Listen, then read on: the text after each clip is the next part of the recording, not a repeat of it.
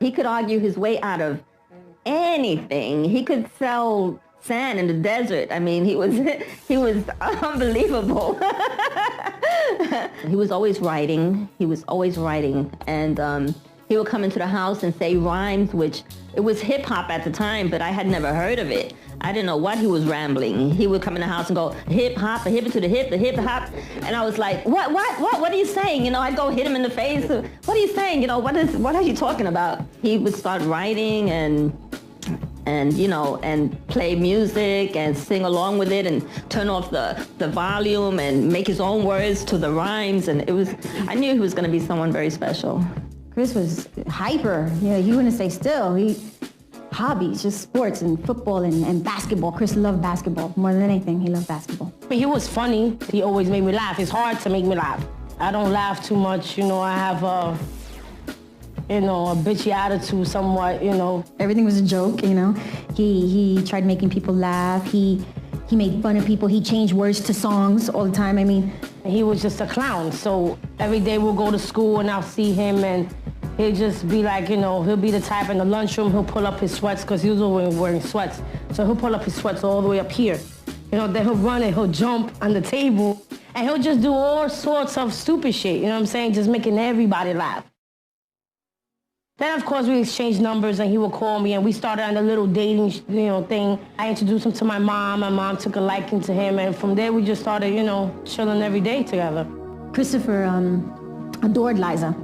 April 8th was the first time that he was like, oh, can you be, you know, would you be my girl? That was when he popped the question, will you be my girlfriend? April 8th of 1987. Obviously, I'd say yes. He met Liza and he was head over heels with Liza. And Liza was younger than him. Not much younger, but she was young. They were 14 years old, so it wasn't something that you say, oh yeah, that's wonderful, that's great, you're gonna go get married, because they were kids, you know, so it was kind of like a puppy love, but it was much more than puppy love. Sometimes pick me up at 7 o'clock in the morning, we'll be chilling, walking around all over the Bronx, you know what I'm saying, going out to Westchester Avenue, going to Parkchester, back to Bronx River, go over there by Watson, by the basketball court, play ball. It's like 7, 8 at night. So I would skip school. I wouldn't even go to school and just go home, chill. Next day in the morning, pick me up at 7, break out, just chill. We used to be some broke motherfuckers, have like $2. Sometimes if nobody in the house would, yo, come upstairs, make him something to eat. I would have like $1, $2, buy like the big bakery bread, eat that, you know what I'm saying? But it was like nothing. We never stressed about money. We could have had $1 million, we could have had $1. It was all the same. For some reason, I don't know, I was like his whole world, you know what I'm saying? I was like his first real girlfriend. Not the first person he ever had sex with.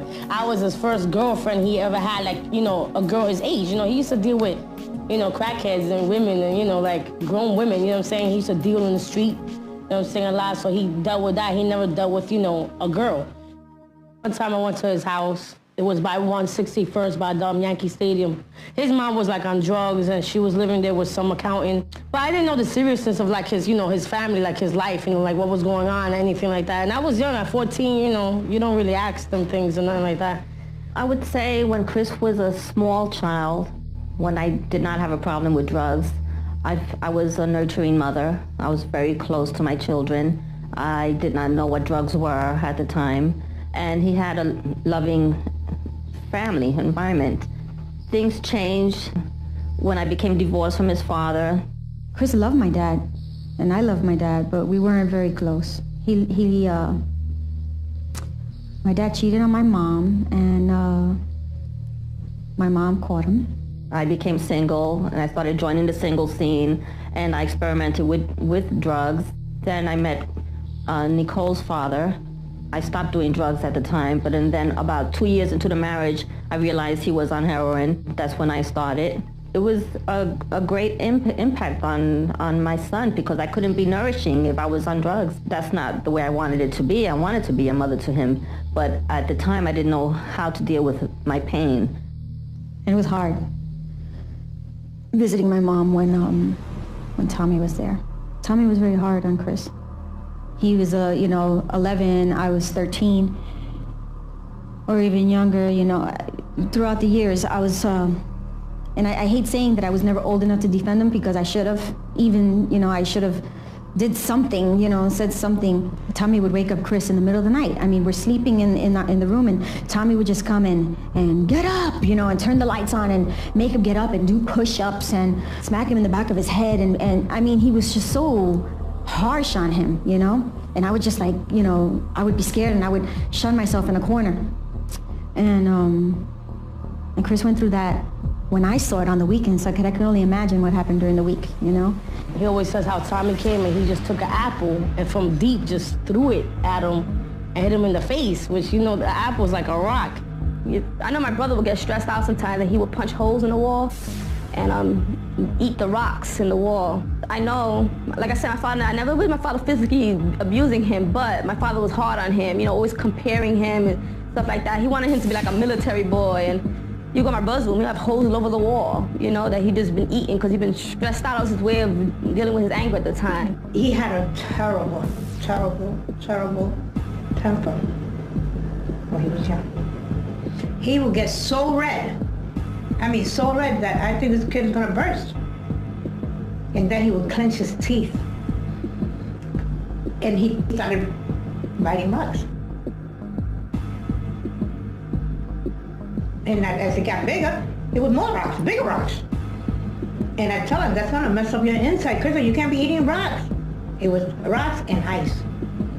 He would just crush. He had to have teeth made of steel. And it was a bad habit, we couldn't do anything about it. Because, not me, he would never tell me he wouldn't get rocks for her. But he had Liza getting all this stuff. And she couldn't. I wouldn't. But she couldn't say no. My father supposedly approached Tommy, but Tommy denied it all, and my mom denied it all, but my mom had a problem back then. She had an addiction that didn't allow her to be a better mom. So she didn't defend Chris. He used to tell me he used to live in Fordham. He was like 7, 8 years old, going by himself to pay Con Edison, which is crazy. I got my son 8 years old. I can never picture him like, yeah, go take this bill across the Bronx and pay a bill, you know what I'm saying, by yourself. He went through a lot of hunger, a lot of, not being dressed properly, not having proper shoes. My brother had a really tough life. Sometimes he did things he wasn't supposed to do. He spent one night in jail, and that's all it took, was that one night. And he said he was never gonna go to jail again. That's the worst thing that could happen to anybody, any parent, to see your grandson or child or whatever in handcuffs. I didn't know what to do. I remember when he was arrested, he had this big bomber, leather jacket, and all these fancy rings, and chain down to here, and he thought he was the man, That's when I found out he was selling drugs.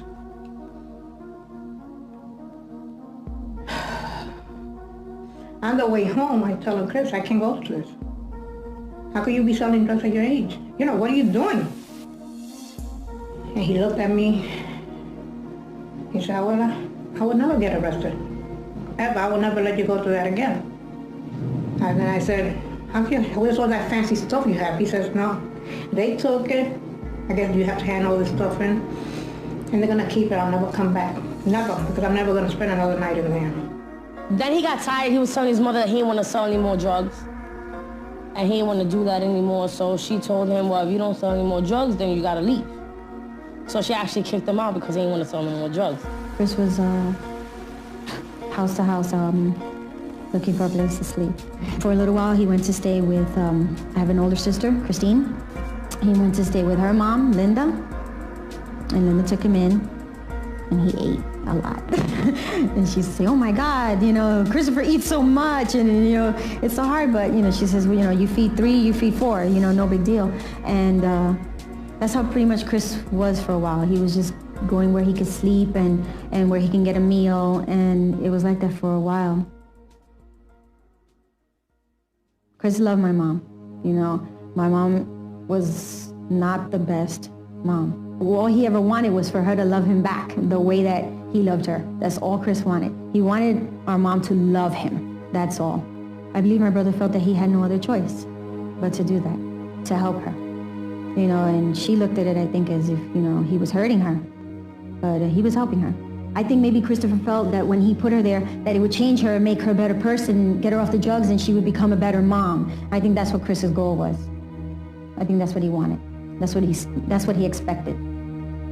I had a relapse, and I had to enter a methadone program, which was very difficult for Chris because I was having problems with Leo with his drug abuse, and I was trying to pull out of that. I didn't want to be caught up in that anymore, but I did relapse, and I realized that I had to get rid of him if my life was going to turn around, if I was going to be any use to my family and be the mother that I needed to be. I was in Puerto Rico. I remember hearing that she was sent to Long Island because they wanted to separate them. And then after I came back from Puerto Rico, then, I met him, but I knew him in the context of the bochinche. So he was basically like, oh, the boy that likes my sister, and they're trying to get him away from her. And then after that, he didn't have a place to stay. He was basically homeless. He was 15 years old, 14, 15 years old, and he was homeless. And so my mother took him in. It was like more of like, ay bendito, like compassion towards him, because he was like, he was so young and he was in the street and he had nowhere to go. And then basically he became like a little brother, and he lived with us. But he never really stayed around in the house. He would leave early in the morning. He would go play basketball, and then he would come back late at night. Like, he didn't want to be in the way. I think he had that embarrassment that he didn't have a place to stay, that we opened the doors to him, and he didn't want to be like a burden. I remember he used to come and eat something, and he would want to wash his dish immediately, like if he was a guest. I saw him one day, and he was like, what's up? You know what I'm saying? You back? You know what I'm saying? Let's go out. I was like, nah, I'm chilling. You know what I'm saying? I don't want to do nothing. I don't want to get in trouble, because it hurt me. It was hard for me to live out there for a year and a half in Long Island. You know what I'm saying? Because I wasn't close to my father, and it was a whole year and a half that I was away from my mother, and I was like forbidden to come to the Bronx. So that he bounced to Florida for like a month just on vacation, and he had left his number with my mother. So I'm doing my thing and whatever, and he already bounced to Florida. And then my mother had came and she said, yo, Chris gave me his number. I'm like, all right, whatever. So I just left it there. A month, 2 months passed, and she's like, oh, what's up? You called him? I'm like, nah. So now my mother's stressing me if I called him. I'm like, nah, I ain't calling, whatever. So then one day I called him, and we stood on the phone like, I don't know. I must have had like mad quarters or something. We stood on the phone mad long. He came the next day, the next day he came to see me. I remember exactly what he was wearing. Some blue jeans with a Gap shirt, the classic, Reeboks. And I'm like, I hear him calling me outside the window. I'm like mad nervous, like, oh my God, he's here. And I'm like getting dressed and getting ready and shit. Then I come downstairs, and it was like we wasn't never gone. We was never separated for that whole year and a half. You know what I'm saying? We hooked up like that. His grandmother at that time, she was also going to Florida. So he was supposed to go back out there with her. But then since we hooked up, so then he decided he didn't want to go back to Miami. And then he said, well, but I have a girl named Liza. I said, you know how many girls are in this world? There's girls in Miami too, believe it or not. There's girls all over. No, but that's my first girl. That's my honey. I said, okay, Chris. But we're still going to Florida.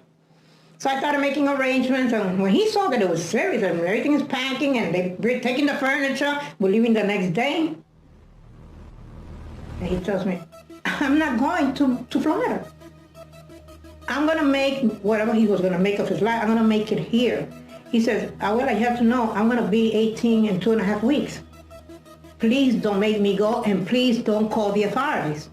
If I force him, with all the problems this child has had in his life, and of the relationship that we had as a grandmother, I said, I cannot ruin whatever is up here in his mind.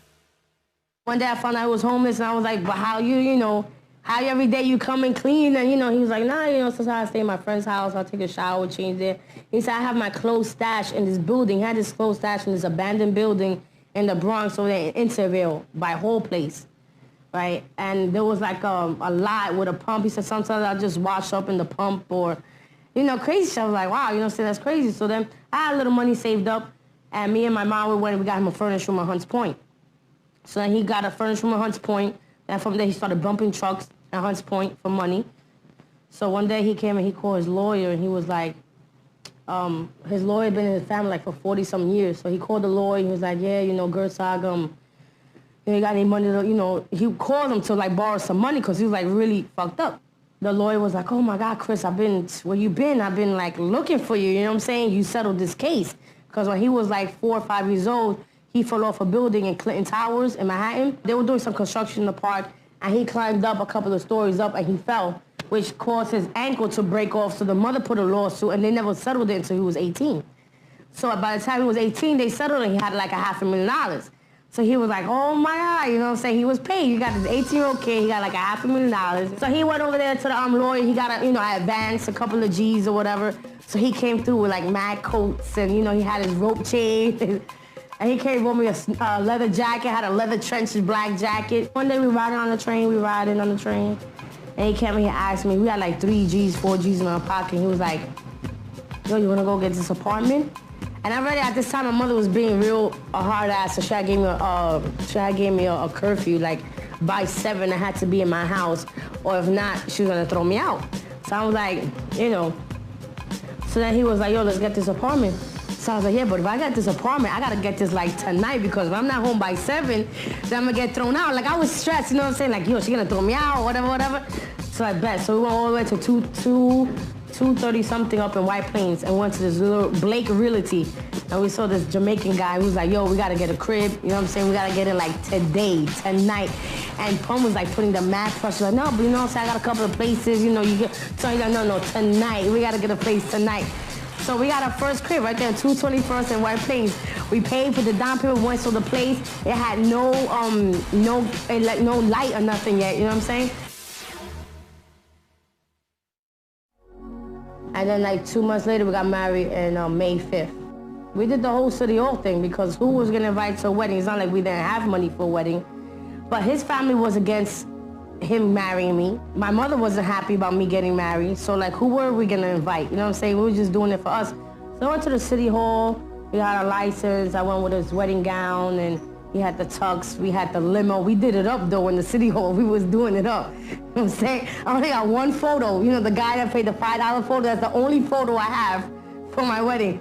And from there we got in, we did the whole wedding thing. My father came through, you know what I'm saying? Because he had to sign me off because I was a minor, and my father looked like he was dying. He came with his security guard outfit, you know what I'm saying, uniform. He was not even trying to be there.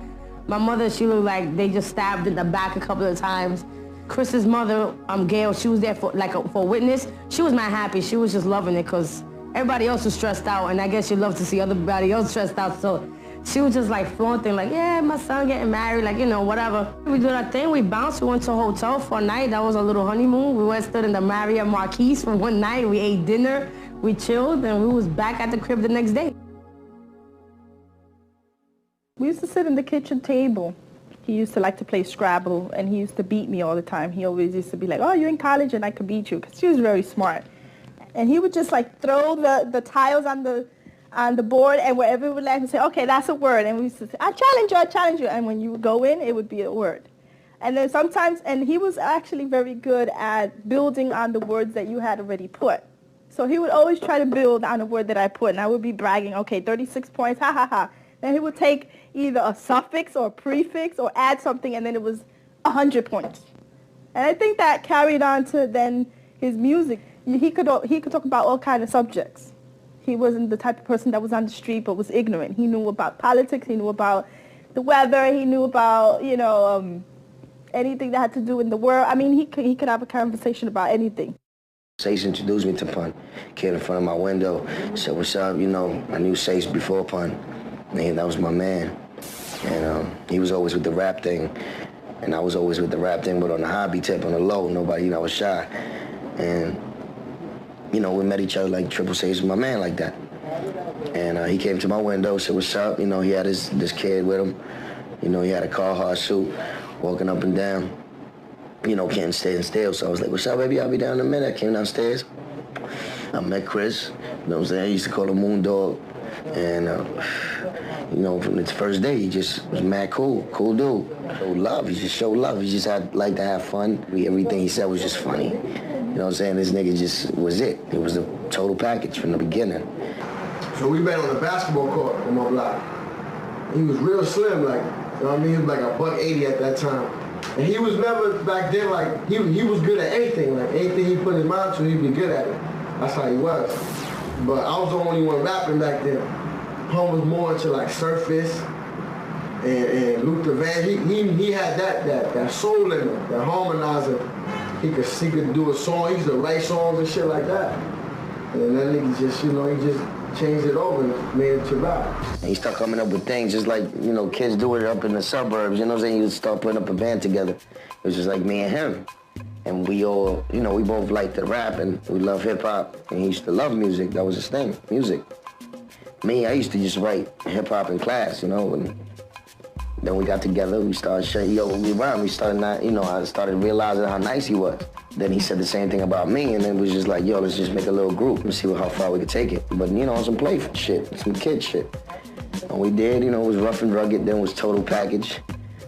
Then c.e.s always used to rhyme, so c.e.s was having a little problems with his group that he was doing it. You know, something happened there, you know, c.e.s was like a free agent. So we added him to the group. So that's why we became Full of Clips. Full of Clips is what started everything. That's our foundation. That's where Pun really came from. That's where Cuban really came from. c.e.s, me. When we had Full of Clips, it was straight up family.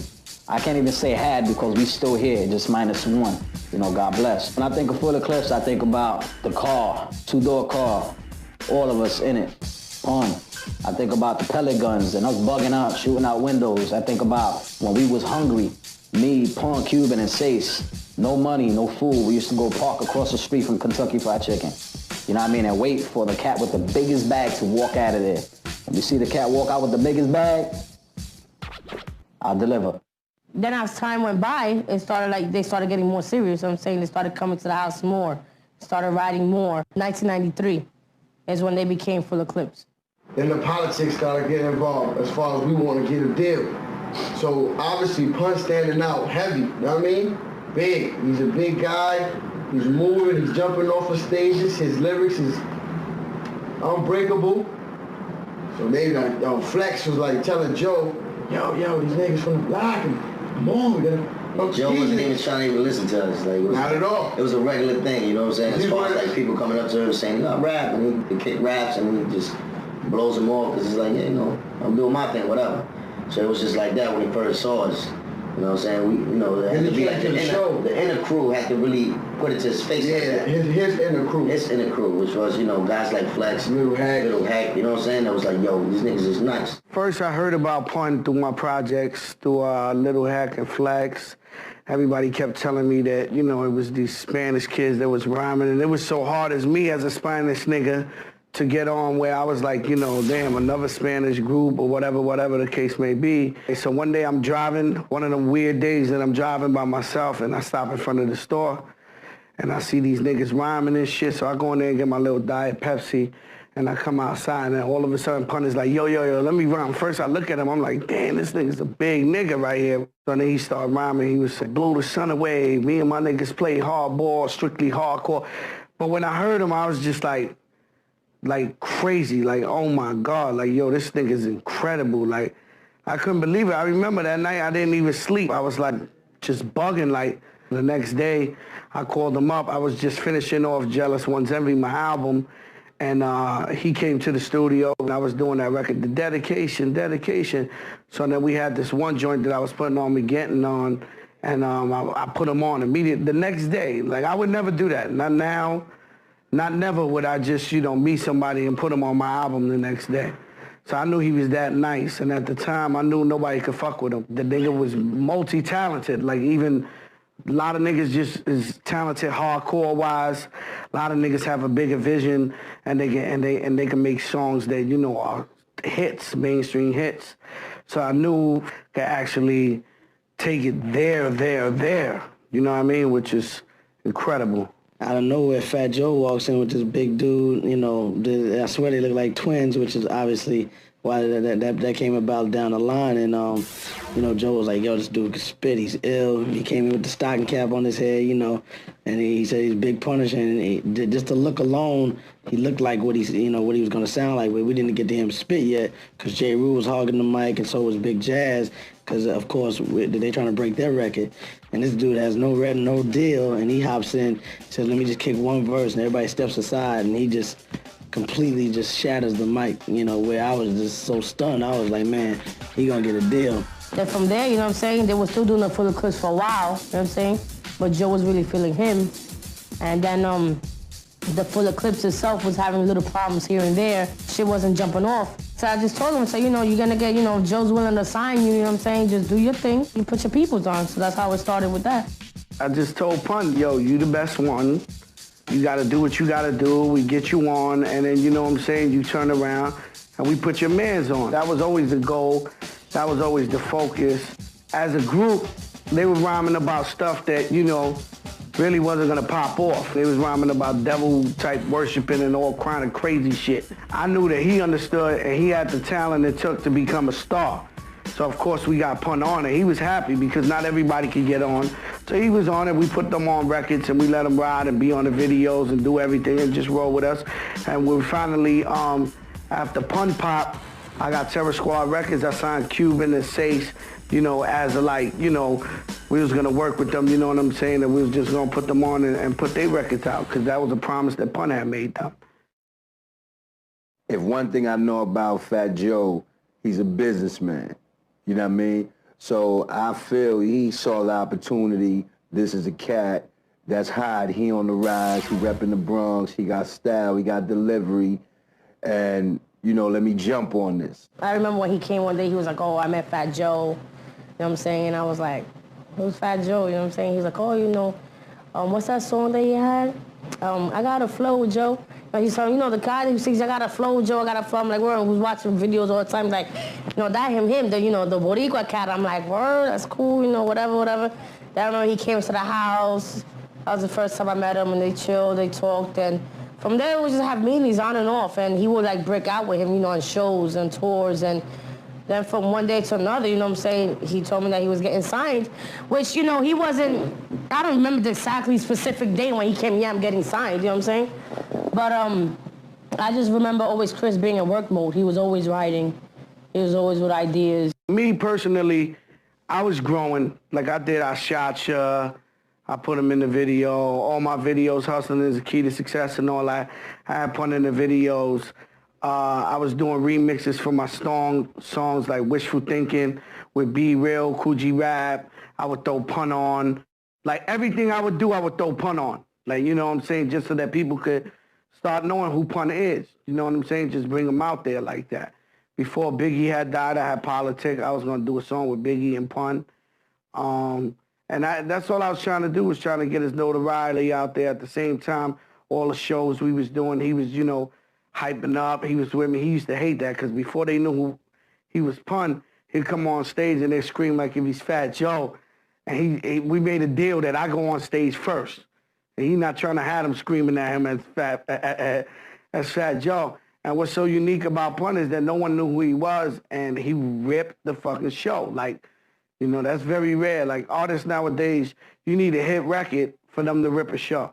Like, Pun, with nobody knowing him, would just rip it down wherever we was at, North Carolina, South Carolina, wherever we was at. He was just special, you know what I'm saying? There ain't too many special people like that.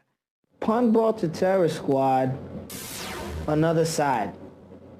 Terror Squad, if you listen to Joe's first album and second album, straight street gutter shit. And with the ill production to back that up.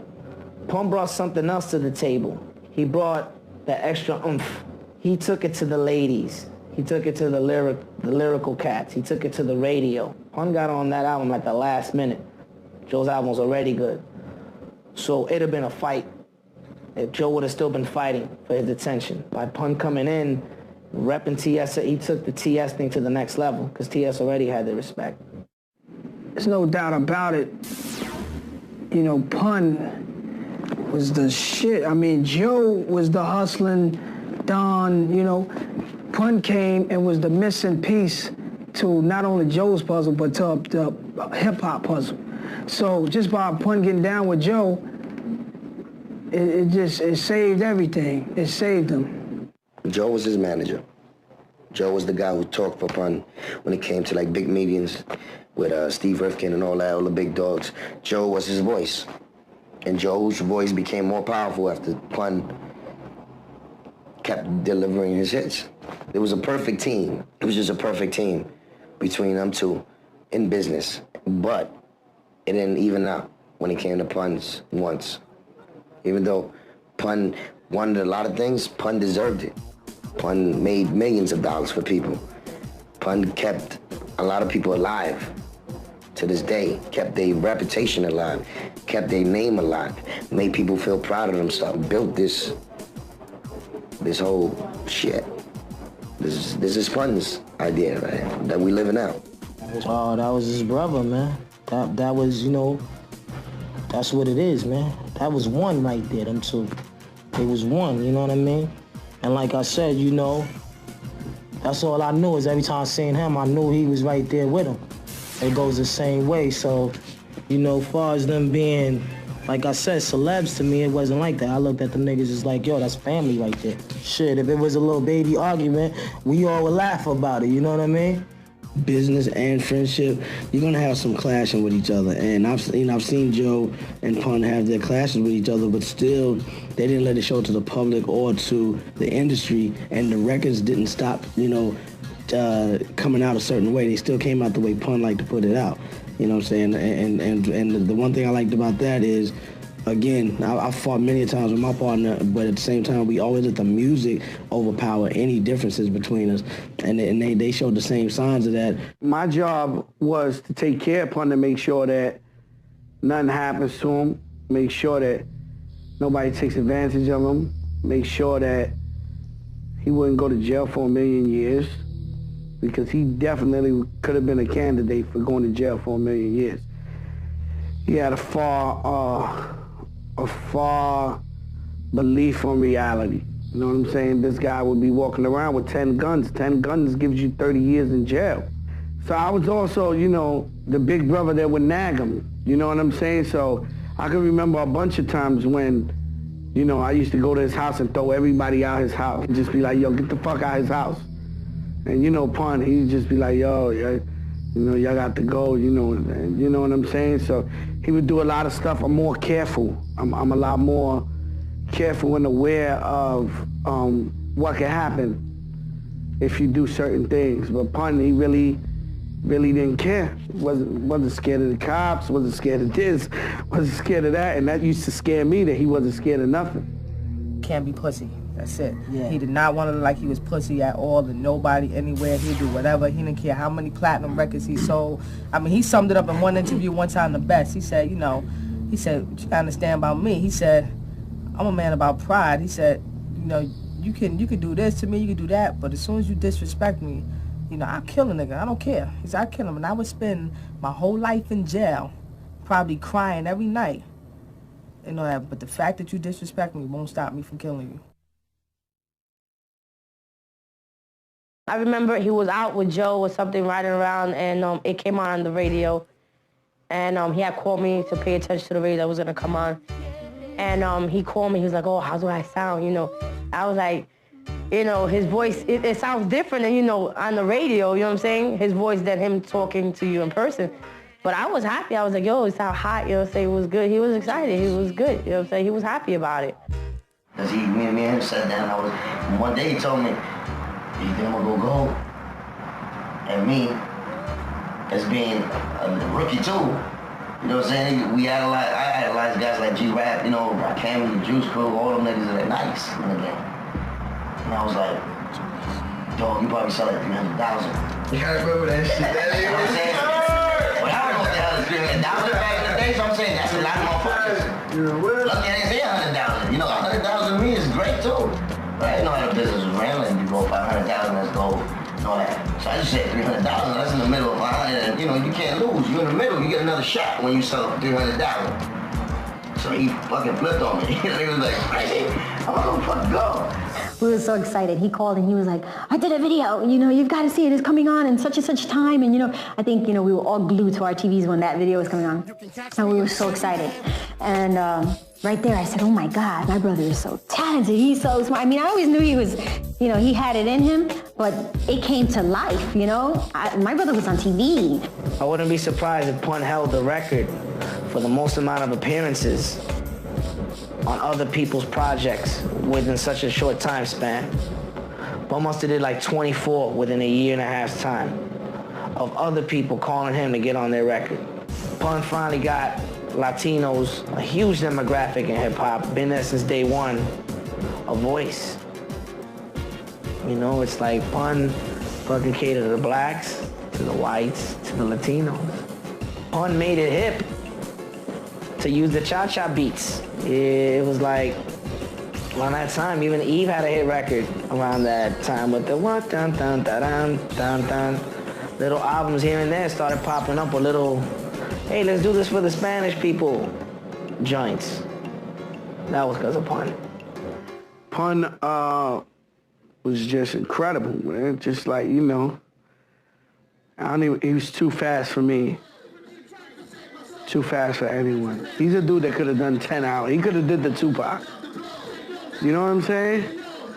He could have did the Tupac all day, double albums, triple albums, because, you know, he was writing constantly. He sort of did it when he did so many songs with different people.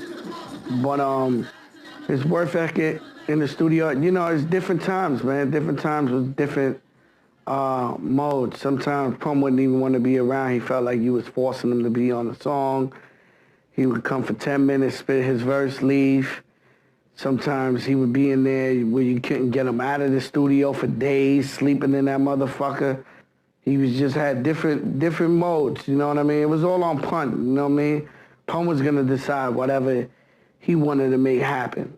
He was as great as, you know, how people look at Rakim and they look at Nas and they look at, you know, Coogee Rap and Tupac and Big. He was like that with his first album, you know what I mean? A lot of people don't really notice that. Like, you know, Big had 2 albums, Pac had about 57, you know what I mean? But Pun did a lot of that shit with his first album. He was saying real shit in his rhymes. He wasn't coming up with no mythology shit. This is shit he felt when he was going through. You know what I mean? A lot of people don't really listen to Pun, man. Pun is one of the greatest fucking rappers ever. First album I played with anybody, Pac, Biggie, anybody. Lyrics, they don't got his lyrics. They don't got it. Not the way he put it together. Not the way he put it. Never. It's just common sense. Charisma, compounds, metaphor, punchlines, everything. It's flow, delivery, everything was so. Maybe they'll recognize it, you know what I mean? Maybe they won't, but I know his beats, for me, it'll always be the best, you know what I mean? Yo le daría la posición ahora mismo entre las primeras posiciones todavía porque sus 2 primeros años no fueron planos. ¿Sabes? Él siempre iba a hacer la cara y seguirá haciendo la cara de la primera cara latina en representar tan grandemente. ¿Sabes? Todos los latinos que oyen hip hop, que son fanáticos del hip hop, sabíamos que Pun era el líder. Was nobody fucking with that dude. Even lyrically to this day, it's like some of these dudes can't do what he did. The way he put them words together, the way he picked, you know, the punchlines, his character, his wit, his charisma, all of that in one makes for one of the greatest rappers of all time. Period. I did a lot of shows with Pun, and like I said, it was like you could see that the women loved him. And like I said, Joe said to me, I've done a lot of hardcore records, but this go round with Pun, we're seeing a whole different audience, man. We're seeing the women, we're seeing a whole different type of love. I saw, you know, women jumping up and down for this cat. And that was just a crazy experience in itself. He definitely put a bar that you gotta raise to if you're gonna be that. If you're gonna be an MC, Latin MC, compete in black music, Pun is the bar. And it's like a lot of cats doubted him, and I don't even know if it's on some Spanish shit, but you know, it's hard for us anyway in this game as it is. So for a cat like him that was doing what he was doing, it was incredible. With the first album, I didn't know it was gonna get that big. I mean, it caught me by surprise, even though I knew he was gonna make a name, but for it to take off and to really, really get the support of not just the hip hop community, but the Latino community definitely supported him and put them basically as their mayor. The buzz is there, man. You kind of knew. You kind of knew because he did the 50 MCs with me before the album dropped. So when I got to work with him that day and actually be in the whole vocal booth and working together, that's after that day I knew he was a monster. You know what I mean? A la misma vez, pues, creó un puente de que, ¿verdad?, todos los latinos y los americanos se fijaran en los boricuas y que nosotros estábamos aquí. He did Beware for the street niggas. He did Super Lyrical with Black Thought, who at the time, you know, even to this day is semi-untouchable when it comes to rhyming, freestyling off the head. And Pun gave him a run for his money. That's one thing. Pun was always on some more, if I do a track with somebody, it's to eat him up. Ain't nobody beating me on the track, you know what I'm saying? Which explains a lot of his sick-ass verses on other niggas' tracks. How can I deny it? I had to sit in the studio and say, whoa, whoa, I gotta step my shit up, because he's coming for everybody's head right now. Pun gets a 10, he's at the top of the line. As far as where he sits in my, you know, category, I mean, I put him with the greatest. I put him with Biggie, I put him with Pac, I put him with Melly Mel and Rakim, and because he came out in this quick at this time, and you knew it was real serious. You know what I mean? It wasn't like, there's a lot of rappers out that they're gonna be out for another 3 years, and I'm not gonna take them serious. As soon as Pun came, you know the ones who's the truth. You know it straight off the bat, and he was one of them. He was the first real Latin, real Boricua to go platinum in this rap business. It let us know that there was love out there for us. It let us know that we could go platinum. That lifts the self-esteem of an entire nation, of an entire Latin nation. See, Pun is one of the dudes that valued the true essence of the game. And how could he not still be a player? He's not in it to be MC Hammer. He wasn't in it to be one of these fake niggas, you know what I mean? Pun kept it gritty, you know what I'm saying? So, and you could tell that with his rhymes. You could tell the shit he knew about, the shit he was talking about in his music. The niggas loved hip hop. So, I mean, he's always gonna be that player. The game sucks. A lot of dudes don't really emphasize on the MCing aspect or even the lyrical aspect. They just rap. Pun put thought into his music. You know, Pun kept niggas on their toes. You know, Pun would have hip hop fans like, yo, did you hear what he said? You know, and he's so needed right now. So needed right now. Cause not that many people are doing it the way he did it. He set off a trend. Remember that, first Latino nigga to go platinum.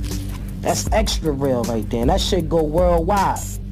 You know what I mean? That shit go all the way around the world. Let me tell you something. Anybody who changed the complexion of the game deserves a spot in rap history. He made Latino rap from Puerto Ricans legitimate. And that's something that no one can take away. I remember when he went gold, he felt good. It was like he did it. He accomplished something, you know what I'm saying? Then it went it went platinum real quick, and from there it went double platinum quick. I'm saying it was just work, you know what I'm saying? It was just shows rolling in, you know, it was all over the place, all over the world. We did tours. Went to Amsterdam, everywhere in LA. We was just everywhere. But he was excited. He was just like, you know, his head got bigger. I'm not gonna front, you know what I'm saying? His head got a little big. But he just got big with certain people. You know what I'm saying? It wasn't just he didn't act big like that, big-headed with everybody. It was just with certain people. He act big-headed. When he became Pun, his whole ego changed.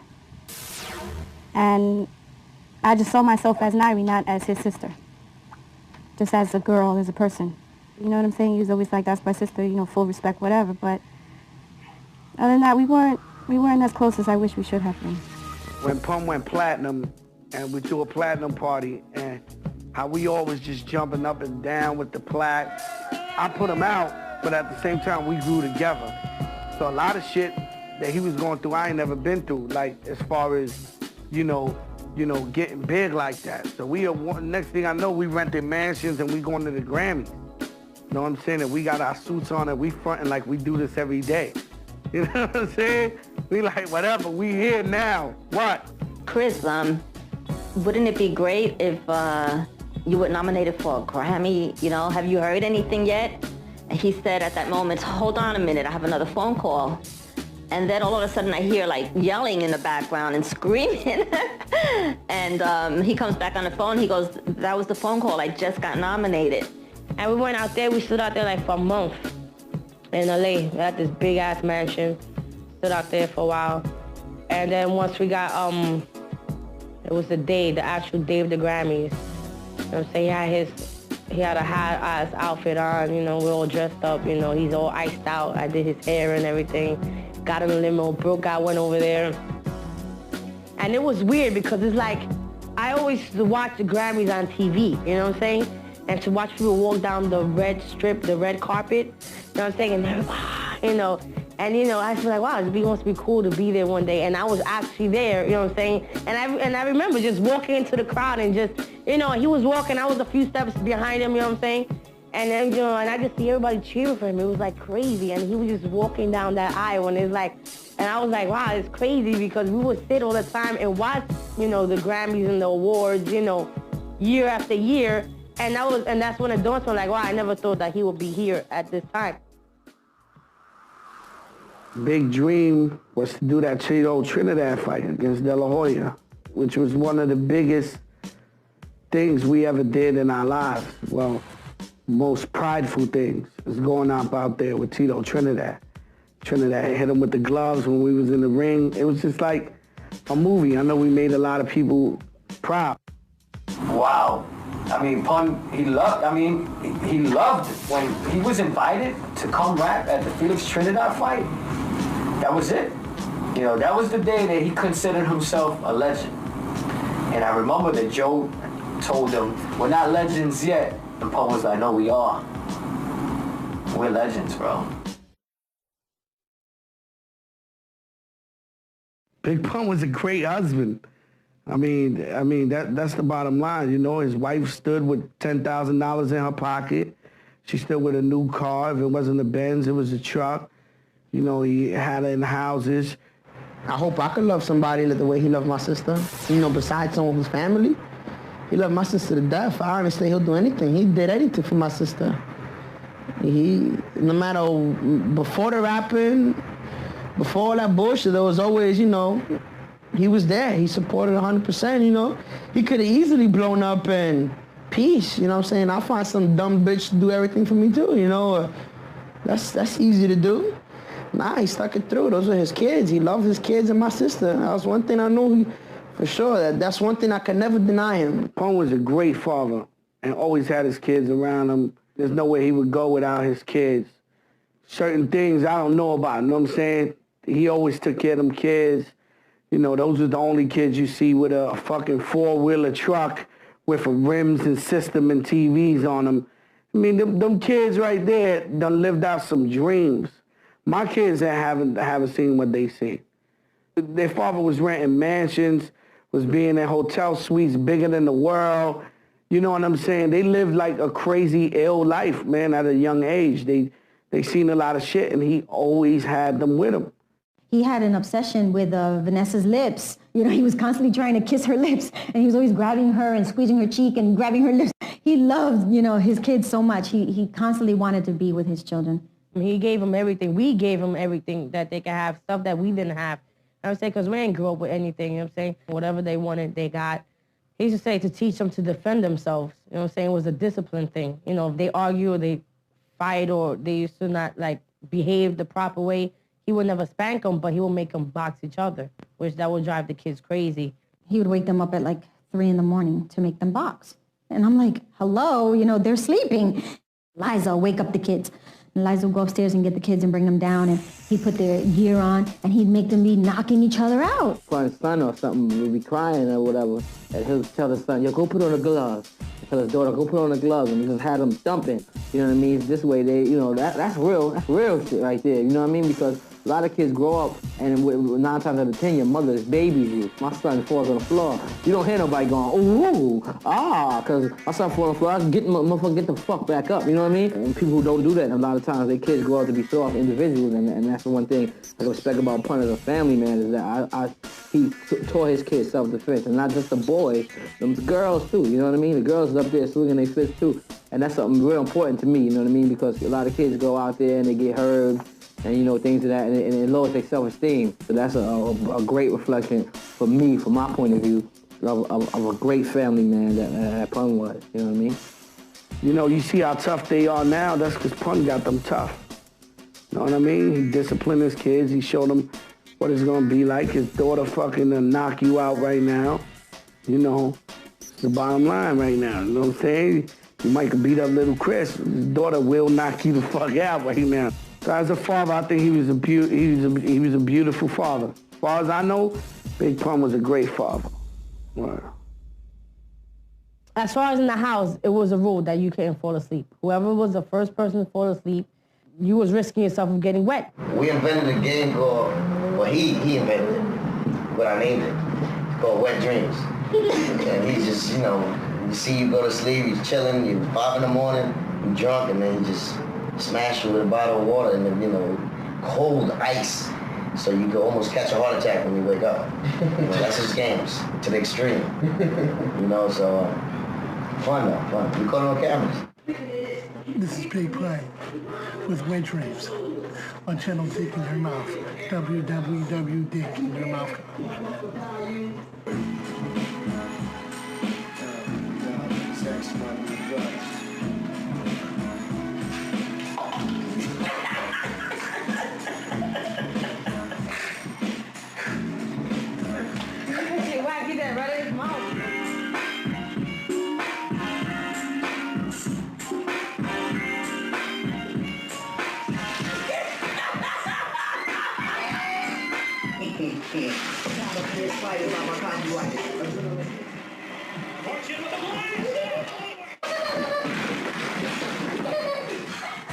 We went to All-Star Cafe. So we all sitting at the booth and shit, whatever. So Tone's man goes to the bathroom and shit. So he leaves his phone on top of the table and shit. And yo, that shit was mad funny. The whole afternoon, Pun was fucking around going like this, like under his stomach, and putting that shit in niggas' faces so they could smell that shit. Yo, that shit smell like ass. So Pun takes the nigga's phone and like rubs that shit up under his stomach and puts that shit back. So I'm dying. Money comes back. We just die. Everybody's laughing. You know what I'm saying? The niggas like, damn, where everybody laughing at? The nigga's phone ring. Yo, they grab the phone. Niggas like this talking. That nigga just goes.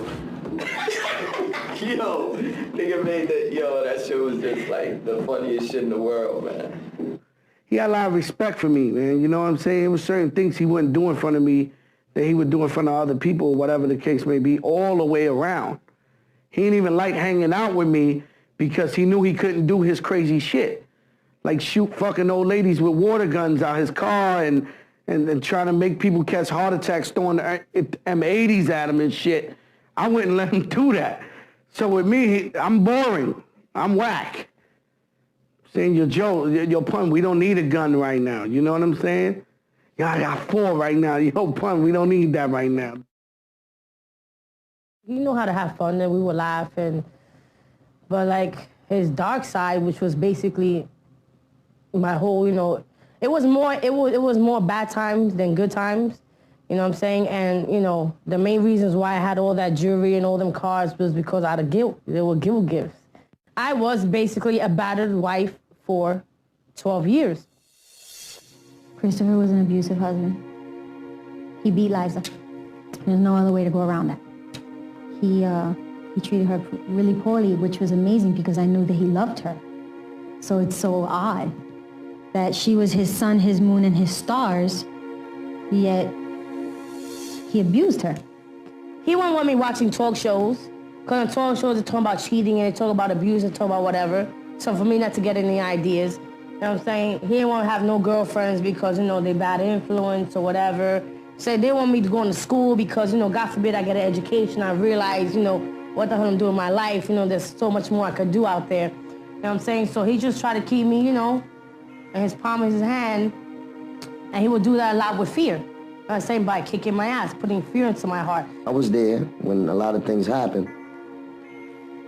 You know what I'm saying? That I know my man wasn't how could I put that carefully? Basically, you know, I was there in incidents where I seen a lot of things I wish I haven't seen that also affected me, you know what I'm saying? Because I remember, I was 18 years old, 19. You know, I'm still learning, you know what I'm saying, things about life. And, you know, but there was a lot of things that I seen that I didn't back them up on. My relationship as a friend is to just sit back, you know what I'm saying, and just be a friend. And you know, I kicked the truth many times. And it wasn't something that was really for me to say. But after a while, it became something for me to say. He couldn't hold it back from me. You know what I'm saying? He couldn't say, yo, mind your business. Because I've been there from the get-go, so I have to tell him. And it's shit that he was ashamed of, you know, he was ashamed of, and he apologized, and he just didn't know sometimes what that anger came from. The abuse got really bad. I mean, to this day, I thank God that I'm not dead, because I could have been. I've been hit, smacked, punched, gun clapped, you know, whatever, you know what I'm saying? You name it, I've been through it. He had like this real dark side, you know what I'm saying? And he would want to kill me. He would get upset, or whatever problems he had, or any pain that he had, anybody got upset, especially a lot of from his past, like with his mom and all that. So anything that he went through, I paid the price, basically. You know what I'm saying? And, you know, he would take it out on me because he knew I would always be there for him. I guess he knew I would always be there for him, that I will never leave him. I said I will always have his back. So I guess he felt safe. It's kind of weird, but he like felt safe that he could take out everything on me, but then wake up in the morning still know that I will have his back. Like, Paul was the type of guy that he loved you, and he loved you to death, you know what I'm saying? So he would try anything to keep you with him, around him.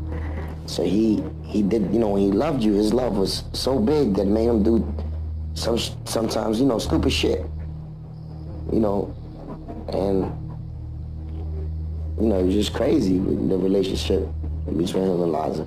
You know, you look at Liza and be like, yo, Liza's been through a lot of shit. You know what I'm saying? I don't know why the fuck she's still with him. But she stood with him. And Pun would be like, yo, I don't know why the fuck I'm still with her. And he stood with her. So it was that love, like you had to just respect from a distance and be like, fuck it, if she handles it, who the fuck am I to, you know, jump in and say, you know, that's not right. She's a very strong woman. I think she did it because she loved him back. She took it because she loved him. Liza did things for my grandson I don't think anybody else would do. She would do things for my grandson that I don't think I would have done for my husband in the same situation. His children spent a month with me here in Florida while he was in the rehab in North Carolina. And my children do prayers every night, my own sons and daughters. So I had my nieces and nephew do the prayers also the month that they were here, every night. And every time we finish our prayers, I asked my kids to make a wish for something that they would like. And my kids always wish different things, to hit lotto and, you know, silly things. But Vanessa made a wish that Papi would stop hitting Mommy. And I started to cry because what an awful wish for a little girl to have to make, right? So I told my brother I need to speak with him, and we went up to his room. At that point, he can still go up the stairs to his room because at the end he couldn't climb the stairs anymore. But at that point, he was, I would say, about 350, 400 maybe. And he went up the stairs and we went to his bedroom. And I said, Christopher, listen to me. While the kids were with me in Florida, this happened, you know. And I want to talk to you about that. And he stopped me right there. And he said, let me stop you right there. And I said, what? He goes, I don't want to hear it.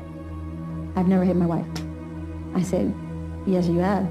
He said, no, that's a lie. My daughter would never say something like that. He called Vanessa upstairs. Now, of course, she's going to say I lied. So he said, did you tell, you know, Titi Piña this? She said, no, Papi, I didn't. You see? You're the liar. You know, I'm like, so I looked at her like, you're not helping me. You're not making this easy on Titi. But I understand, you know, she's a child and she was afraid. Everybody was ready, getting ready for to go on tour. We was going on tour in Texas.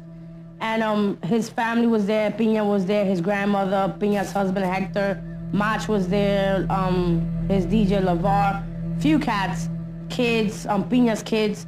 So he had this gat under the pillow that he was looking for. And I left it there, that's where I put it. So he was looking for the gat and he couldn't find it. I'm like, you know, it's there, I put it there. No, it's not here. So I'm like, I don't know where it's at. Oh, how do you know? You know, how is that you don't know where it's at? I'm like, I left it there. Say it came out that someone had moved it, whether it been the grandmother or someone had moved it besides me, which I didn't know nothing about. She misplaced something, and it wasn't even her fault. It was actually my husband's fault. I don't even know if she knows that. There was something that Chris wanted, and Liza put it in a certain place, but my husband felt that it was dangerous for it to be there. He saw it. So my husband moved it. Now, Chris asked Liza to go get this item, and it wasn't where Liza left. Chris is like, Liza, you better find it, you better find it, you better find it. He was, getting really irate, and she was getting very nervous. And to finally, my husband came up to me, thank God. And he was like, I know where, what it is you're talking about. It's behind the bed. So I run and I tell Liza, it's behind the bed. Hector moved it. So she ran to go get it, gives it to Chris, and Chris knocks her across the face with it. And he just came and he swung at me and hit me with the gap in my face. And my eyes just went out.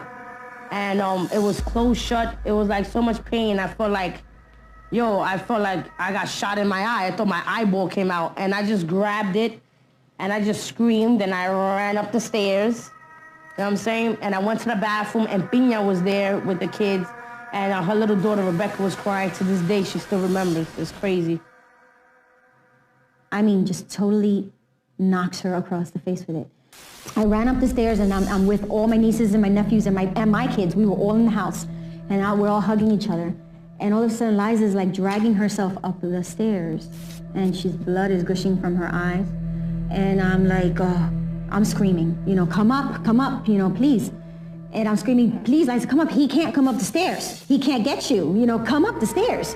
And she's crawling up the stairs and, and I grab her and I'm holding her against me and there's blood all over me. I mean, it was awful. It was really bad. And he's like, Pina, you better make her come down. You better make her come down. I'm like, no, I'm not making her come down. You want her, you come up and you come get her. And then my eye fall out and she's like trying to look with the blood, but she can't really tell. And she's stressed and she's shaking. And then Chris is coming from downstairs screaming, what the fuck, you bitch, come down.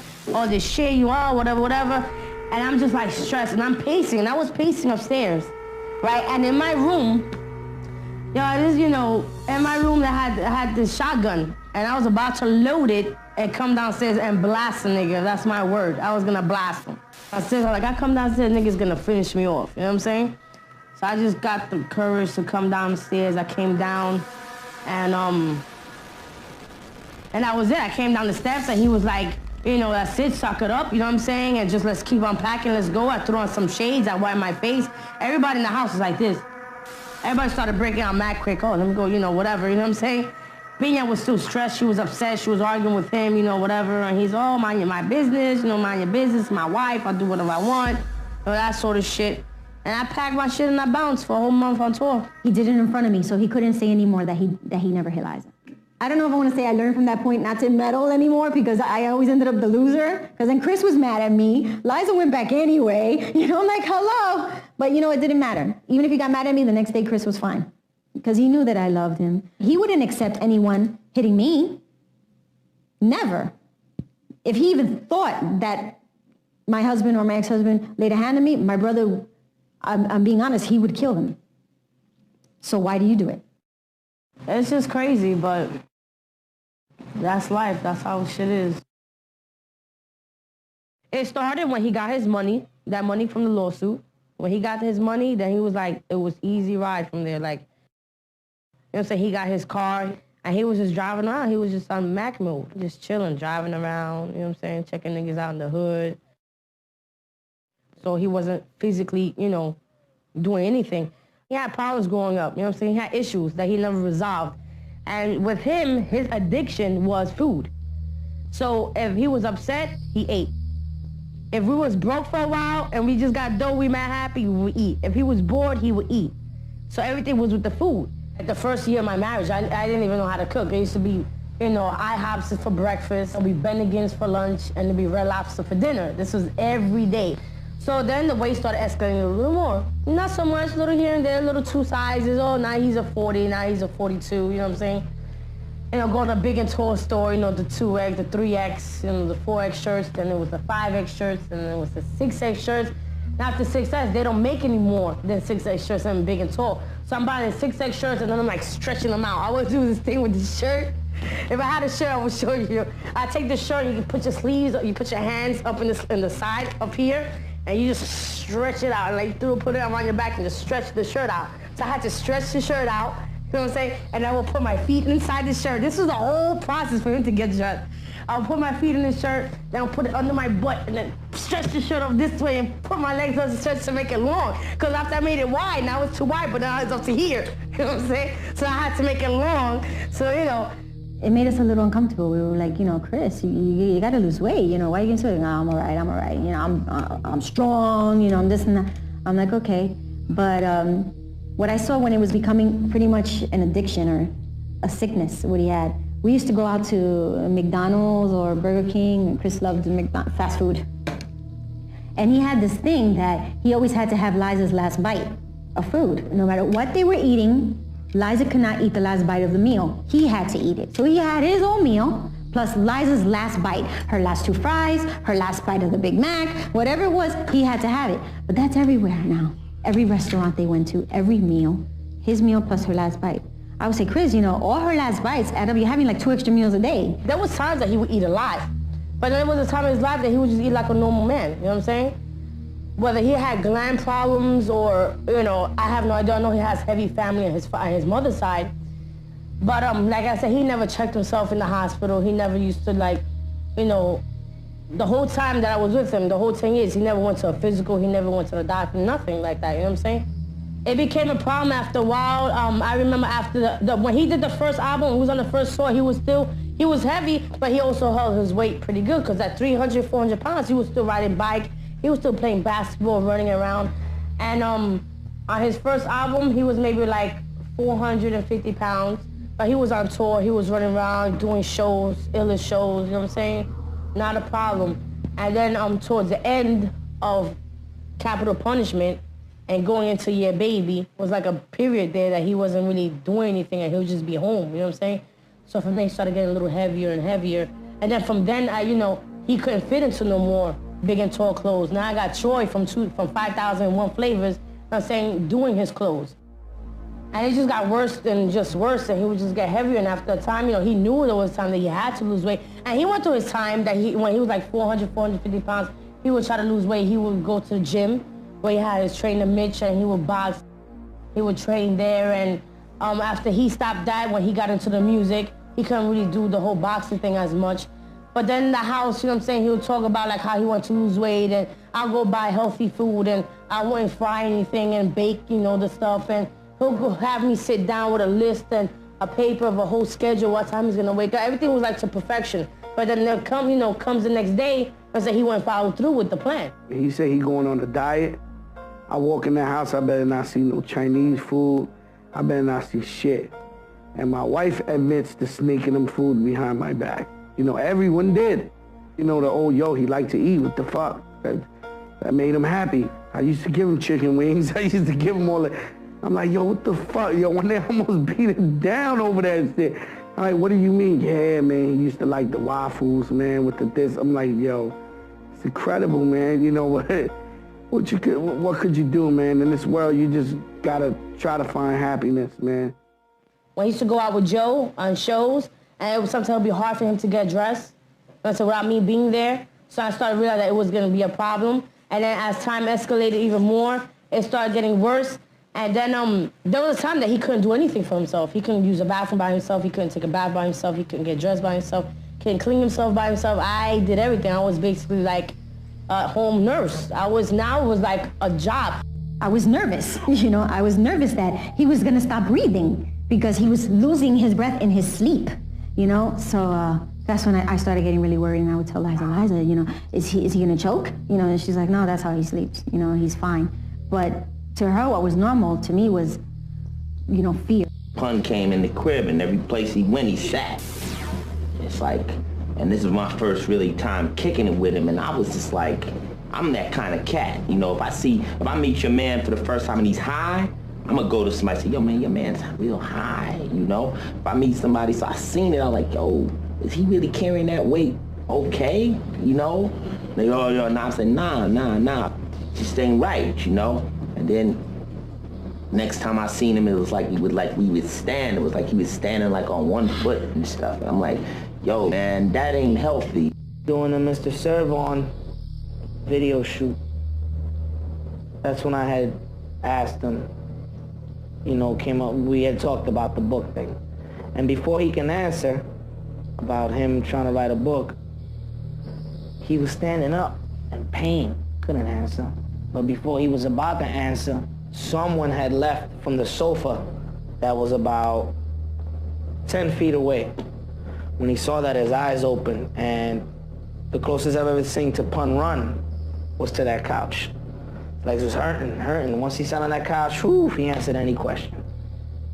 You know, Pun was just talking. We was all talking. We was all in a group talking, and he just fell asleep. Like that's how we talking right now. It's like all of us, you know what I mean? Everybody, and he just fell asleep, and it scared me because I ain't never seen that shit. Like, you know what I mean? Like, I never seen that shit in nobody. Like, you know what I mean? Like, cause he was, operating like, yo, Nori, no.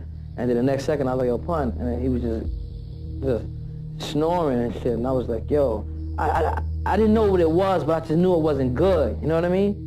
When we went out to the Grammys, he was calling doctors to find out how much it cost to do the stomach stapling. And he wanted to do it. A family member of mine told him that it was dangerous. So he, you know, Chris was very paranoid to begin with of doctors, you know? So he totally changed his mind. I don't want to do it anymore. I don't want to do the stomach stapling. So there went that out the window. I got upset with Chris because he didn't want to listen. So I went over his head and I called Steve Rifkin. And I told him, look, my brother is very overweight and I'm worried about him. I know you look at him as dollar signs, but he's my brother. And you guys better figure out a way for him to lose this weight because he's not listening to me. I can't afford to go and take him to the doctor, but you guys can. So you take some of that money that you're making from his album and you go pay and you get him to a doctor. I don't remember what Steve told me. I think he said, like, you know, Chris is a grown man, you know, and he knows what he can and cannot do or something. You know, I'm not sure exactly what his words were to me. Steve was a little sharp with me. Now, Christopher got upset, not with me, but with Steve for getting sharp with me. So he called Steve, and I don't know what he told him. But then the next day, Steve called me to tell me, look, we're going to put him in a doctor. You know, I apologize if I offended you in any way. I mean, Steve was very apologetic to me. I didn't mean to upset Steve, you know, and I didn't mean to upset Chris. You know, I had like a set goal. I just want my brother to get some help, and, you know, sometimes you have to step on some toes to get what you want. And, you know, I stepped on a few toes. He was telling me like, yo, Joe, man, I feel sick, or, you know, my legs hurt or some shit like that. And I was just like, wow, this nigga's getting sick. So I would do anything for Pun, whatever he would want to do. So we forced him to go to North Carolina. He lost weight. He was looking good. He went to a fat farm in North Carolina. He lost 80 pounds. He landed up visiting us here on a weekend trip and never went back. And that's the worst thing he did, because that's when he doubled all his weight. Chris was a celebrity. He could get anybody to sneak him in some food, you know, and that's what Chris was doing for a while. So defeated the purpose. He went to North Carolina. He lost 100 pounds. He came out. He gained 300 pounds, you know, so it didn't work. He needed my mom to be a mom, you know. He needed to be nurtured, and Chris was never nurtured. And all that, after so many years, it just builds and builds and builds. And he was just full of anger and confusion. I think he was confused. He didn't understand why he was treated the way he was, why he was shunned out, why he wasn't given the love that he should have received as a growing child, you know? And all that built up in him, and I believe that's what made him so depressed. That's what made him eat the way that he did. Then as he ate so much and became so obese, that made him depressed. Because even though Chris was Big Pun and everybody loved him and he went out, there was so many things that he couldn't do because of his weight. He couldn't go take his kids to an amusement park and get on the roller coasters and the rides with the kids. He couldn't do it. He couldn't go to an amusement park, period. I would tell him all the time, let's take the kids to Disney. He would say, okay, How am I supposed to walk around Disney? I said, no, they have those little motorized wheelchairs. Oh yeah, Pun in a motorized wheelchair. How cool, you know? All that mentally affects you. I kept telling him, oh, Chris, you're living my dream, you know? I always wanted to be on stage. I was always the one that was into the performing and, you know, and he goes, yeah, well, you're living my dream. And I'm like, what dream is that? You know, you're married, you have children. He's like, no, you're fit. You can walk, you can breathe. You know, and I think that was a real heartbreaking comment that he made to me. And I think that was kind of hard for him to admit. God gave you a gift so you could give your children what you never had.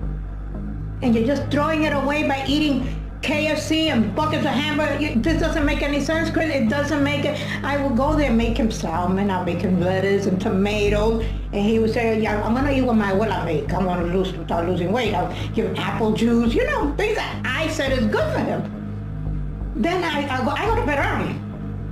So he knew that at 10 o'clock, abuela's going upstairs and she's going out.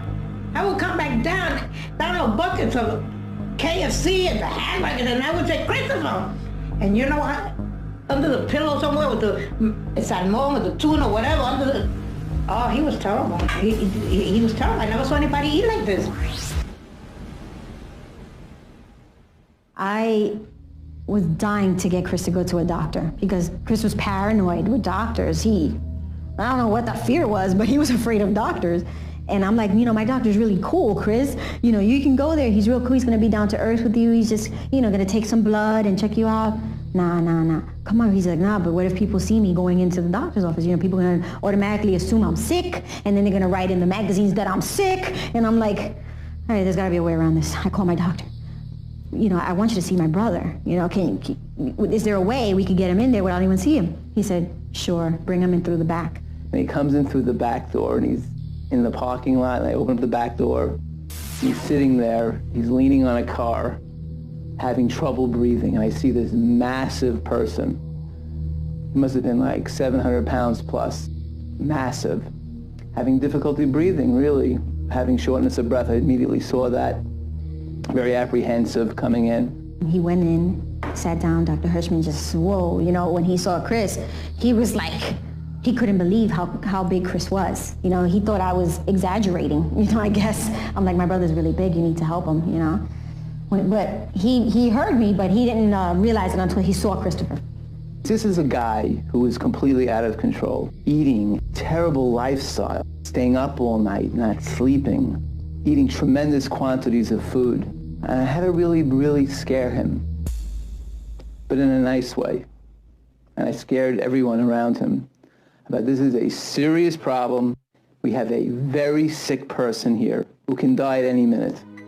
To see that, and really a person that was truly alone with this and not being able to really have the power to change it or to focus in on that and do what it took to get better.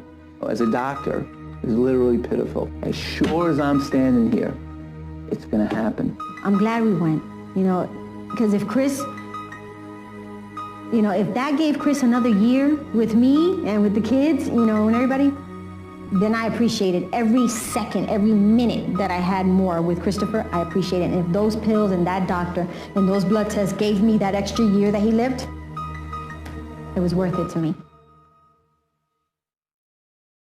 Sometimes we'll stay here for 2 or 3 days, then go to the studio, stay there in Sony's studio in the basement for 2 or 3 days, then come back up here. And when he was in the studio, he was basically working. And when he came back up here, it was just, 2 or 3 days out of the rest, him catching up on the writing, try to go down to the pool so he could work out. He liked being in the pool because, you feel light. If you're a heavy person and you're in the pool, you can do anything in the pool. You feel light, you don't feel your weight. So he always just said, I love being in the pool because I don't feel my weight. I feel normal, I can run around, I can jump, you know what I'm saying? I told him, Christopher, I'm going to go across him and buy the kids some things at the Toys R Us because the hotel had a tunnel that connected to a mall. He didn't want to let me leave at all. It was just so odd. He goes, no, don't go to Toys R Us. I said, I want to buy the kids some presents. No, stay with me. Don't leave me. I'm like, okay. I said, well, I'm going to go downstairs and get them some candy from the lobby. No. Send Liza. Send somebody else. Don't go. Reef. Carlos, call anybody to go down. Don't leave me. I'm like, you are weird today, you know? So we started talking about his weight, and he said, Pina, tell me something. He goes, you think that stomach stapling thing, you think it really works? And I said, yes. You know, I couldn't believe he brought it up again. I was like, yes, yes. He goes, I think I want to do it. And I said, well, Chris, I'll do everything I got to do. I'll call the doctors tomorrow, you know, when on Monday when I get back, I'll call the doctors. I'll figure out where, you know, what you got to do, how much it costs, and we'll do this. I said, you come and stay in Florida? He goes, yeah, I'll come and stay in Florida. I'll come and stay with you. He goes, you're going to take care of me though, right? I said, I'll take care of you. I do everything I got to do. What do I have to do? He goes, no, I'm just saying, you're going to help me through it if I do it. I said, I will do anything I have to help you through this. We're going to do this? He said, we're going to do this.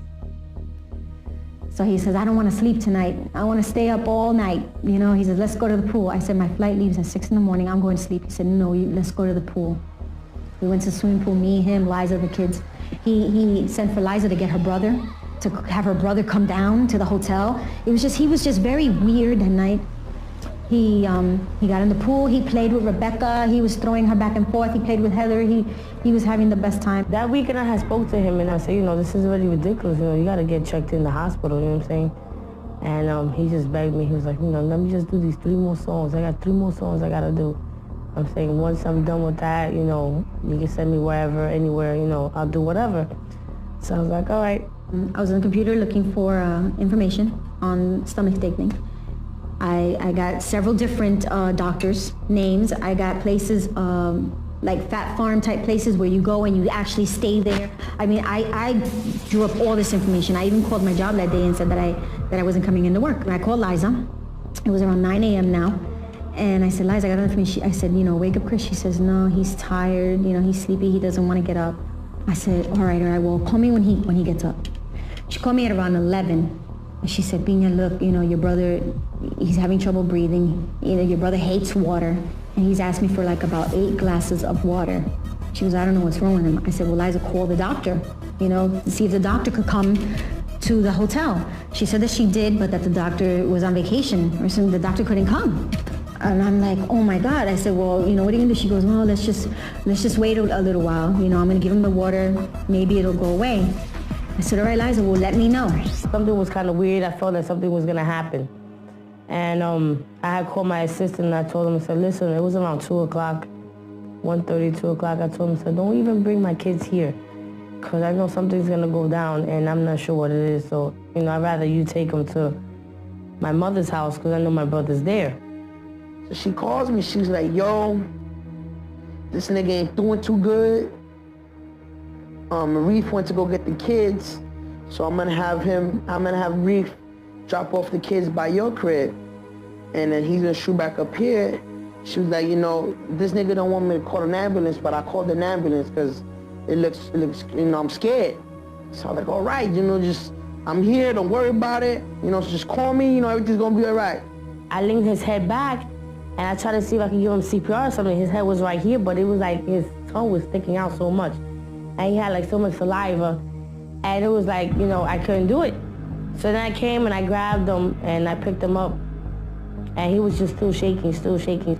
And I just grabbed him, and you know, for that minute, you know, I was like, oh my God, you know, I'm losing my husband, he's dying on me. You know what I'm saying? And it's like his whole life flashed in front of my eyes. I just like saw everything from the beginning to the end, everything that we've been through, everything that we've gone through. And it was just like a real weird feeling. I called Joe, I had the phone in this hand, and then I had my other hand on his, by his phone. And I'm telling Joe, yo, you gotta come down here, you know, right away, you know, there's shit going on right here. So he was like, right away, so he hung up the phone. And right when I hung up the phone, his pulse, I didn't feel nothing on his neck, he had no pulse. And like 2-3 seconds later, the paramedics came. Basically, I gave them their space, you know what I'm saying, like 15-20 minutes. 5 minutes later, the kids come, so it's like, yeah, what's up, kids? Hey, yo. Hey, watch TV. Boom, it was like 3 o'clock already, the kids coming out of school. So they watch the TV. Boom, the phone rings again, Alan calls me, come over. She's like, yo, ambulance here, this nigga stopped breathing. She was like, yo, he's not breathing, you know, they working on him. I'm like, I'm bugging. But then I gotta go back to the kids and everything's gravy, you know. Well, mommy and daddy be here in a little while. At this point, they came and they brought a dolly, because that's what they had to bring him out in. And I'm running around from this room, and I have my kids' room next door here, and I'm bringing them sheets and a whole bunch of sheets and blankets so that they could tie his hands, and they tied his legs together because he was really wide. While they lifted him up, I'm holding his head. They lift him on the dolly, they place him there. I get a pillow, shove it under his head. And from there, they just rolled him out all to the front, went up the elevator, down the back, out the pool. Once we got to the side of the building, the ambulance was there, so the guy was taking out the bed that's already in there. You know, the metal pieces, they were emptying out the ambulance so they could put the dolly up in there. And from there, I really broke down. I just started crying, and I prayed so hard to God, like, please, just let this, that he comes out of this. So at this point, the doctor comes in and she sits down and she says, "Oh, Miss Rios, I'm sorry." At this point, I started crying and screaming. I told her my life story like in 2 minutes. I was like, "Oh my God, I've been married with him like for so long." You know what I'm saying? I've been with him since I was 14. I just went through the whole thing, my 3 kids, and it was just like crazy. It was just really crazy. And to go back there where he was at, they opened up the curtains and he just sitting there, just laying there on a dolly in the middle of the room, real low to the ground. And I just sat there and I just held him and I kissed him and I cried and he still felt warm, and I was just like, I couldn't believe that, that it was ending this way, you know what I'm saying? I took the phone, I said, "Liza, what's going on? Is he in the hospital? Is he okay?" She said, "Bina, he didn't make it." And I said, "What do you mean he didn't make it? He didn't make it to the hospital? Is he in the hotel?" She said, "He didn't make it. Your brother died. He didn't make it." And I can't explain to you what that felt like. It was like a building fell on me. I can't explain it.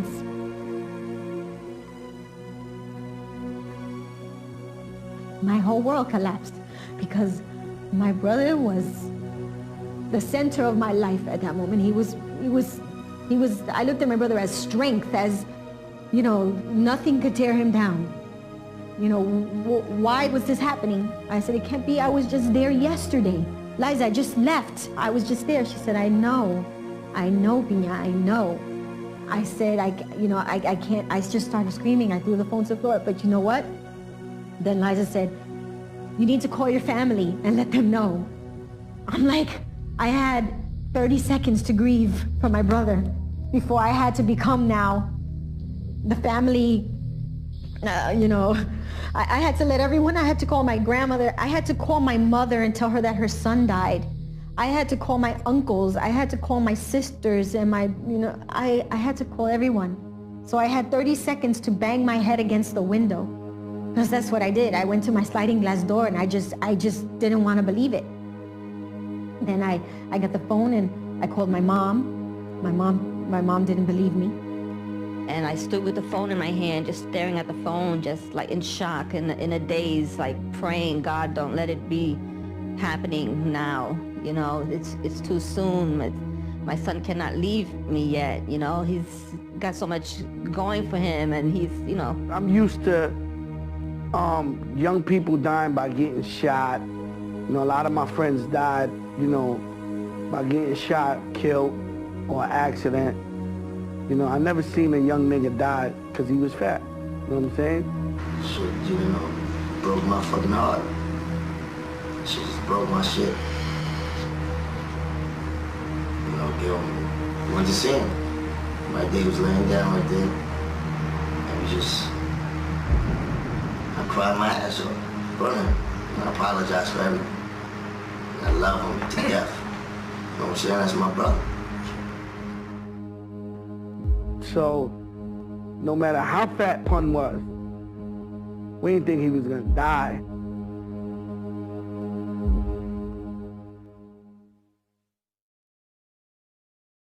After he passed away, it was about a week that I just stood by myself. My 3 kids, I had 3 people appointed in the family that they were taking charge of each child. That night when we was in Cuban's house, Jimmy was there from Jimmy's Bronx Cafe. He was the one that made all the arrangements, you know what I'm saying, for the funeral. I didn't have to do anything. I just said that the way he wanted to be cremated. And For his clothing, they had his designer, which is Troy from 5001, you know, do his outfit. And basically all I had to do was give them a list of who was coming down from his side of the family, like from Florida, which was his sisters, you know, his mother, his grandmother. That's basically it. And Jimmy, he took care of everything. It was at the Ortiz Funeral Home right there at Westchester Avenue in the Bronx. I went in my truck. They had a limo there for me, but I was like, you know, I'm gonna roll in my truck. And I had my kids with me, and I had my family behind in the limo. We got there. It was already crowds of people, cameras, a lot of reporters, police. It was a weird feeling because, you know, I'm here, you know, I don't know how I'm gonna react to see my husband, you know, laying there. And when I got there, I didn't even think about it. It was just so many people, so much commotion going on. I felt like mad pressure. Reporters trying to get a comment, you know what I'm saying? I'm like, yo, these people better stay out my face, yo, for real, you know what I'm saying? When I got there, I just couldn't believe the amount of people that I saw out there. I mean, lines and blocks of people. One kid came in and took off his shirt and threw himself down and started praying to Chris. And I'm like, who's this kid, you know? He gets up and I said, you know, where did you know my brother? He said, I never met your brother. He inspired me. What he did, everything he accomplished, you know, he says, he gave a lot of us hope. A lot of us from the Bronx that, you know, don't think we could do it. I think I can do it. Everybody loved him so much. The most impressive thing about it wasn't the A-list. It wasn't the A-list celebrities and all the celebrities that came by. It was how the fans, man, I can't even describe how much of the street they took. It just went around, police barricading, just shit. Must have been a good 3 avenues worth. Not 3 blocks, 3 avenues. That would be about 6 blocks of just all around. Once again, it was my job to protect Pun, to make him look the best, to give him whatever he wanted. We didn't only put him in the funeral home, we rented the whole fucking funeral home, like every room. We took you know how there's 4 different funeral rooms? There was one for refreshments, there was one for flowers. It was just, you know, very emotional, man, very. People crying over his casket. I mean, pain. Every member of Terror Squad had a tear in their eye. I can tell you that much. Every member. Whether it be friend or foe, whoever it was, whoever went, whoever passed by, walked by the casket. We made like an orderly procession of it. We didn't want anything to be said that it was a mockery. That's why we made sure through Jimmy's and, you know, Mr. Rodriguez and his family and our friends, and we made sure that even our security staff from Jimmy's Bronx Cafe worked that event. And we held it down. So that no one could say anything like, oh, this such and such a thing happened at Pun's funeral. No, nothing. It was clean, beautiful, and it went perfect. The funeral was really weird.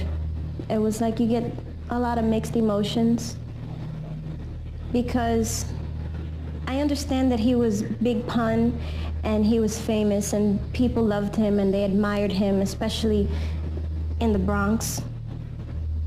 We all grew up in the Bronx and he refused to leave. He said, this is my home, this is where I'm staying. And, you know, he was born there, he was raised there, he died there, and he was buried there. It's like you want to go in there and you want to be with the family and you want to grieve and you want to mourn, but then at the same time, the way they had everything set up, it was like a museum. And at times, I don't know, I had very mixed emotions about it because people were coming in and, you know, they had the ropes around it and everybody's looking at him like it was King Tut's tomb or something, you know? I'm like, this is my brother, this is a person, this is not a display. It was more of a spectacle because we believe in going to church. When you're on the way to the cemetery for your last rites, we believe in having a Catholic priest there. We didn't have that. We would not ask. We would totally ignore. I stood in a corner with my family, and it was like we were not part of what was going on. The day that we're going to the cremation, we go slow. We go slow. We go by his block to give the people the last look where he came from. None of that was done. I don't know who it was, but we got to the car was going, the limo was going maybe 80 miles an hour. I never saw anything like this in my whole life. It was just completely disorganized. But I also say young people don't bury young every day. They were probably trying to do it their way. It was incorrect, but that was their way. The only thing I complain is that we were never asked, what would you like? Because everybody that went to that funeral, his family, everybody loved Pun, but nobody loved him more than me. You know, you got some of the family don't like the other half of the family, and this, we had to put up with it. But most of all, it went smooth, man. A lot of things happened with Pun that a lot of other people wouldn't let happen. Like, you know, we let the public come through, his fans, you know, come through and see him and show him love, and so many flowers, so many people, you know, the weirdest people, you know, the Whitney Houston, Eminem's, Cypress Hills must have sent 40 flowers, like different shits. Like, they love Pun. He was truly missed. He was loved. Everybody came to the funeral. Everybody from Puff Daddy, Little Kim and their whole crew to LL. Mac 10 flew from LA, the Locks, the whole Rough Riders, fucking Wyclef did like some singing, the Maria dudes. Bone Thugs was there. I mean, everyone you can name came through to send their support for Pun. It's crazy. And I still remember telling them, like, you know, the day before they cremated him, or that last night, you know, I was just like, damn, man, this is our last dance. You know what I'm saying? It's over for us. We're not here no more.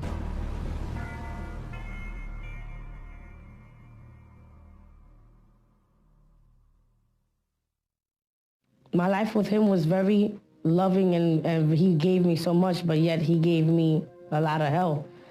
And him dying, you know, part of me died, but then it's like part of me started to live again. Like, it was the end of one part of my life, but it was the beginning of another. And it was the worst day of my life because I was losing my friend. I was losing the father of my kids.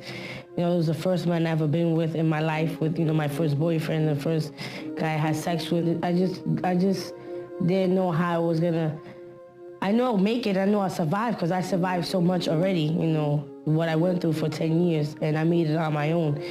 But it was just like, how someone could just be there the night before. I was just sleeping, you know, in this room with him, and from one second to another, he's gone. That's it. You know, I'm never gonna see him again. I'm never gonna hear him again. It was like the worst day. It was the best day of my life because I felt such a burden lifted from my shoulders. You know what I'm saying? Because my relationship with him got up to a point that I didn't know who I was anymore. I wasn't happy. It was hard because I was carrying my own weight and I had to carry his weight. I had to be strong for myself, and I had to be strong for him, you know, and no one was there for me, you know what I'm saying? So, and just the fact of being a battered wife and trying to fight for my identity and my freedom, and I didn't, you know, it was a lot of things that went on with the marriage, and it was like the best day of my life because I didn't have to deal with that no more. It was over, you know, because even if he survived and we would have broke up, he still would have gave me hell. I still wouldn't be able to, you know, get on with my life, or he still would have been there, you know. There was no way that he would have been alive and would have been separated. We always would have been together.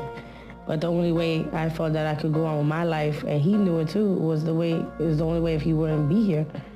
You know, so like I said, you know, it was the worst day because, you know, never I thought, you know, I had to face the fact that he won't be here. He won't be here to raise my kids, to raise our kids. You know what I'm saying? He's not gonna walk my daughters down the aisle or speak to my son about, you know, the first time him having sex or, you know, things like that.